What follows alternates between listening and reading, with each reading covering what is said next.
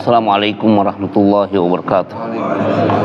Innal hamdalillah nahmaduhu wa nasta'inuhu wa nastaghfiruh wa na'udzu billahi min shururi anfusina wa sayyiati a'malina. May yahdihillahu fala mudhillalah wa may yudlil fala hadiyalah. Wa asyhadu an la ilaha illallah wahdahu la syarikalah wa asyhadu anna Muhammadan abduhu wa rasuluh. Amma ba'd.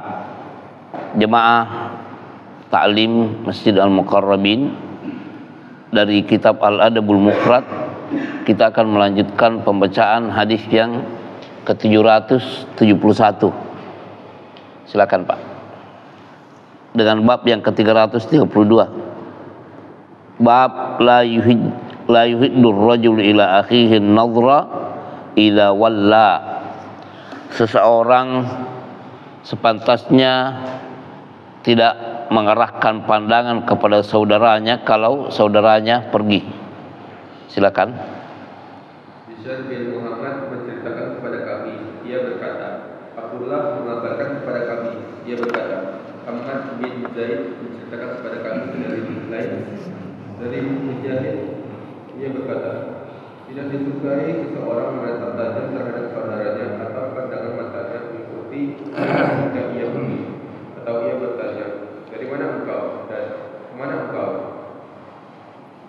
Ya, walaupun sanadnya seperti yang ada di catatan kaki itu ada titik kelemahan, namun kalau kita melihat di sejumlah referensi yang menyebutkan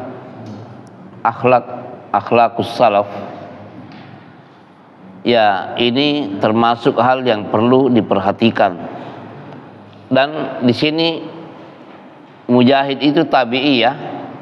Kalau suatu riwayat nisbatnya kepada Rasulullah namanya marfu'. Kalau dinisbatkan kepada sahabat Rasulullah itu namanya mauquf. Kalau kepada tabi'in seperti Mujahid ini, nah itu disebutkan apa? Marfu', mauquf, maqtu'. Maqtu terpotong. Ya, jadi di sini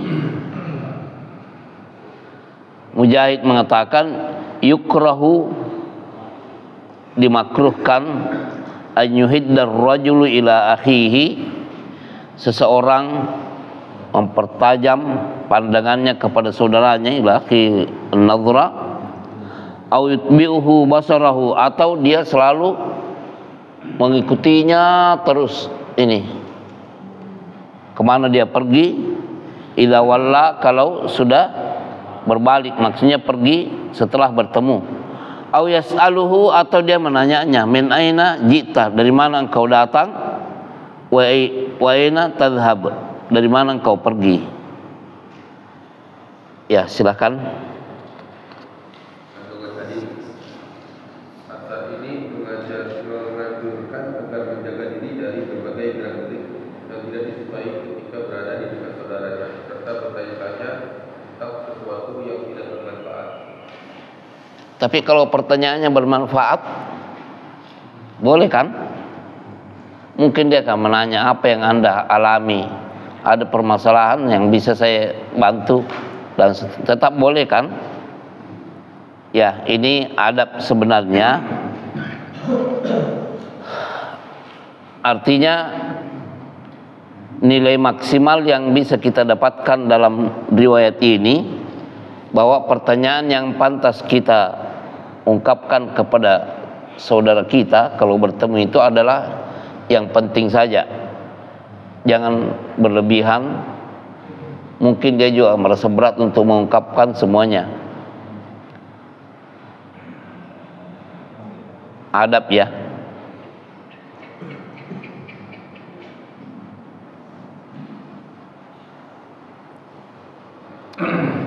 Riwayat berikutnya, qaulur rajuli lirrajul wailak perkataan seseorang kepada orang lain, celaka engkau. Silakan. Musa menceritakan kepada kami, dia berkata, Hamzah menceritakan kepada kami dari Qatadah, dari Anas, bahwa Nabi SAW pernah melihat seseorang menghalau unta betina. Beliau SAW bersabda kepadanya, tunggangilah dia. Orang itu berkata, ia adalah unta betina. Lalu beliau SAW bersabda, tunggangilah dia. Orang itu berkata, ia adalah unta betina. Beliau SAW kembali bersabda, tunggangilah dia. Orang itu berkata, dia adalah unta betina. Lalu beliau SAW bersabda, tunggangilah dia, celaka engkau. Ya, ada apa ini ya?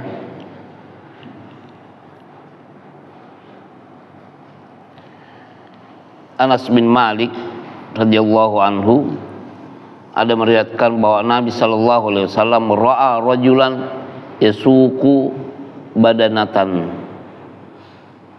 Beliau sallallahu alaihi wasallam melihat ada seorang laki-laki yang apa ini? Menarik, menghalau, kalau tidak ditunggangi kan berarti digiring ya, dihalau supaya tidak lepas. Faqala rkabha, Nabi sallallahu alaihi wasallam memerintahkan kepada laki-laki tersebut, tunggangi. Faqala innaha badanah, ini adalah unta. Unta apa? Unta betina ya. Qala irkabha, 3 kali ya. Ketiga kalinya Nabi sallallahu alaihi wasallam, bahkan keempat kalinya beliau terakhir bersabda, wailak, irkabha wailak, tunggangi, celaka engkau. Di mana letak kecelakaan di sini? Sifat celaka atau ketidakbaikan di sini? Kalau Nabi Shallallahu Alaihi Wasallam memerintahkan sesuatu kepada seseorang, ya mungkin ini bukan ibadah ya, tapi kemaslahatan. Wailak. Silakan kandungannya. Kandungan hadis. Hadis ini merupakan dalil dibolehkannya menunggangi hewan sembelihan, baik sembelihan tersebut yang wajib atau sunnah. Hewan sembelihannya, kalau bukan sembelihan memang tidak boleh. Himar dimakan atau tidak? Himar, keledai dimakan atau tidak? Ya, tidak boleh kan? Tapi boleh ditunggangi atau tidak? Boleh. Nabi Shallallahu Alaihi Wasallam sendiri punya himar, bahkan ada namanya. Jadi pada dasarnya boleh. Ada yang boleh dimakan, namanya himar wahsy, kuda keledai, bukan keledai, kuda zebra. Itu halal karena itu kuda.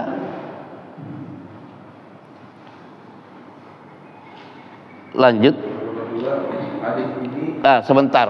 Kalau sapi boleh atau tidak? Boleh. Dagingnya boleh ya? Tapi boleh ditunggangi atau tidak? Boleh.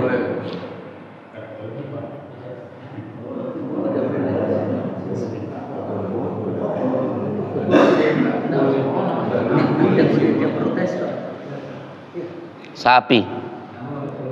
Kalau pengembala di kampung iya, dia naik tuh.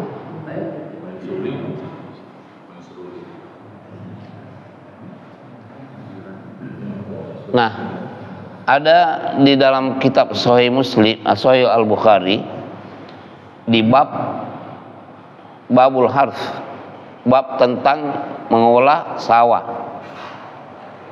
Bahkan Kitabul Harf itu begini. Nabi Shallallahu Alaihi Wasallam bercerita, mengkisahkan, lafaz hadisnya begini dalam Sahih Al-Bukhari ya, kana man kana qablakum rajulun yarkabu ala dhahri bakar. Ada kejadian sebelum kalian, maksudnya Bani Israel ya, seorang laki-laki menunggangi punggung seekor sapi. Faltafatat ilaihil baqar, maka tiba-tiba sapi ini menengok kepada orang yang laki-laki yang menungganginya. Wa qalat, dan berbicara, inna khuliqna laisa min ajli hadza, atau inna khuliqna laisa li ajli hadza, kami sapi diciptakan bukan untuk ini, bukan untuk ditunggangi, maksudnya kan. Faqala nasu, maka orang-orang yang menyaksikan peristiwa ini pada berbicara, subhanallah, al-baqaru tatakallam, maha suci Allah, subhanallah, ada sapi yang bisa berbicara. Apa yang dipahami dari kisah ini? Bahwa sapi diciptakan untuk membajak, bukan untuk bukan untuk ditunggangi atau untuk dibebani. Kalau untuk menarik seperti gerobak menarik kan, bukan, iya. Itu yang dipahami oleh para ulama tentang hadis ini.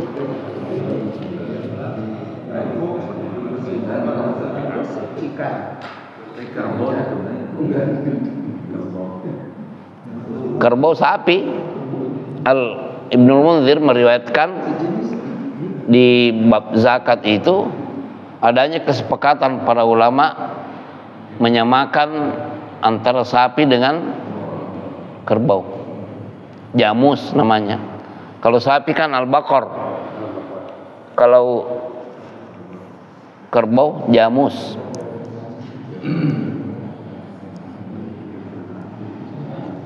Ya, silakan. Hadis ini menunjukkan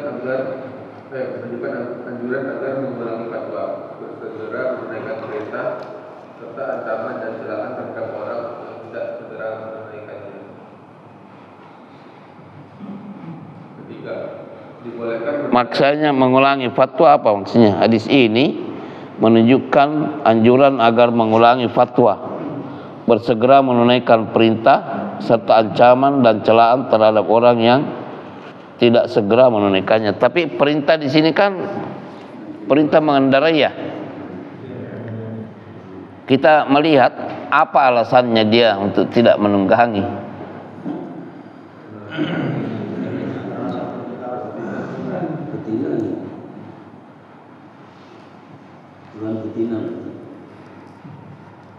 Karena dia betina ya.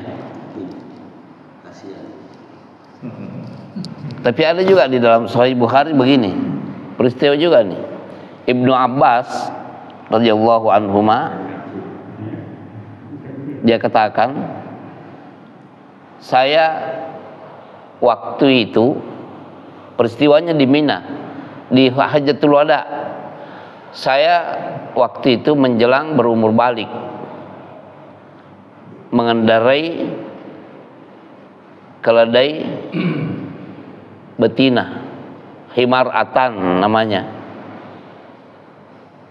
Lalu saya dan Rasulullah SAW ketika saya datang itu sedang mengimami sholat di Mina, sedang sholat berjamaah. Rasulullah jadi imam di Hajjatul Wada ya,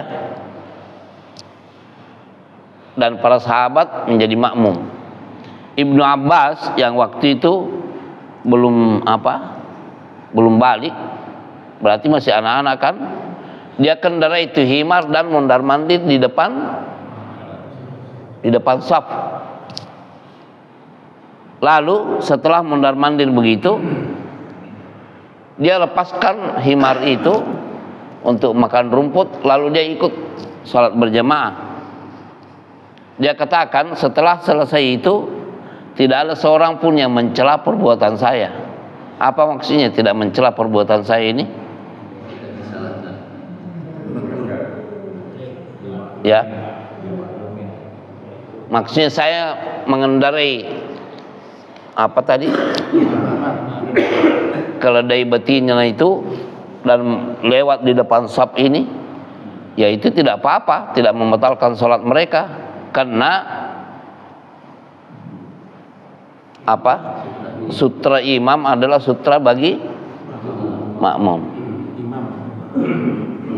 Sutra imam adalah sutra makmum. Lucu kan? Kalau pada zaman kita ini ada mencoba-coba gitu, mungkin diapakan kira-kira? Nah itu kejadiannya di Hajjatul Wada, ketika Rasulullah dan para sahabat beserta istri-istri beliau menunaikan ibadah haji. Namanya Hajjatul Wada.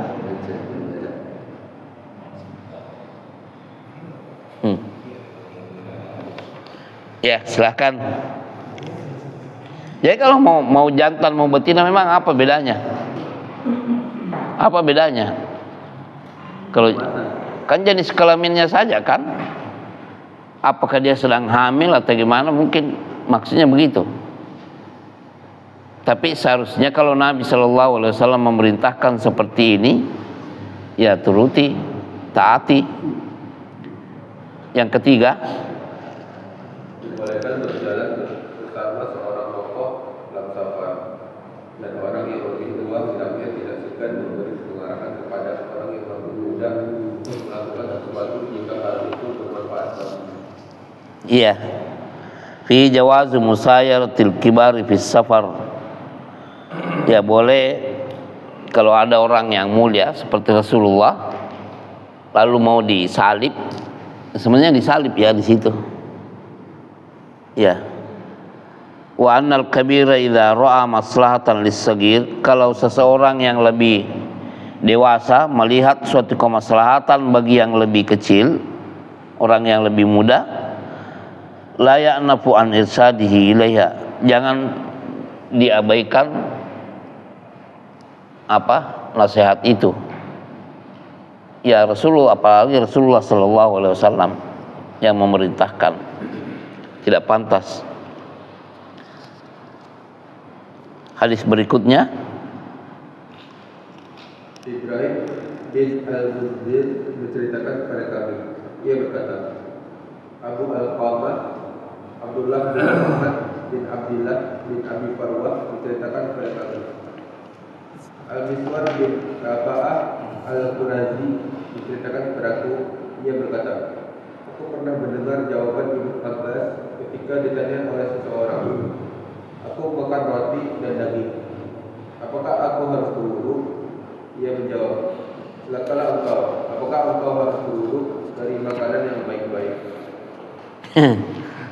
Jadi gini, Ibnu Abbas ditanya oleh seseorang, ini akal tu khubzan walahman, saya selesai makan roti dan daging.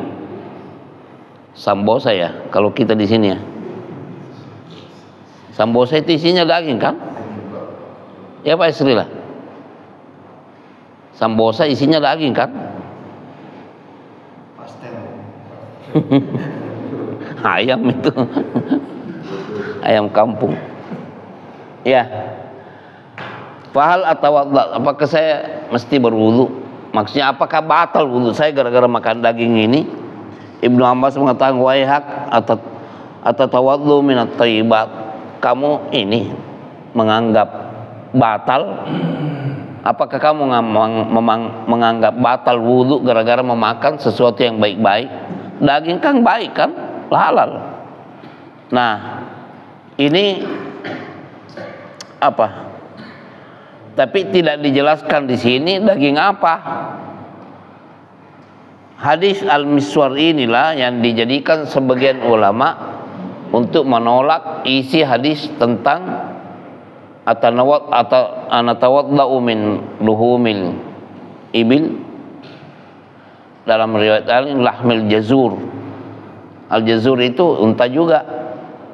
Bahasa fikihnya al-wudu'u min lahmil jazur, berwudu karena makan daging unta. Yang lebih kuat tertetapkan hadis tentang adanya Nabi SAW memerintahkan untuk berwudu karena makan daging unta. Apa yang ada di balik ini yang jelas dipahami bahwa kalau sudah berwudu kemudian makan daging unta lalu mau sholat, berwudu dulu. Ya, itu makna yang paling mendekati hadis tersebut. Adapun hadis Al-Miswar bin Rifa'ah ini tidak menjelaskan daging apa, bisa saja daging kambing, bisa saja daging sapi atau daging kuda atau kuda zebra, karena semuanya ini halal. Mungkin juga daging ayam. Dan ini kan sampai sebatas mauquf kepada Ibnu Abbas ya. Ya atau tidak? Kan di riwayat 773 ini Ibnu Abbas yang berkata kan. Tapi perintah untuk berwudu setelah makan daging unta itu adalah hadisnya marfu kepada Nabi sallallahu alaihi wasallam. Jadi jawabannya hadis yang ke-773 ini tidak dijelaskan daging apa. Apakah itu kambing atau sapi, kerbau atau daging kuda, kita tidak tahu.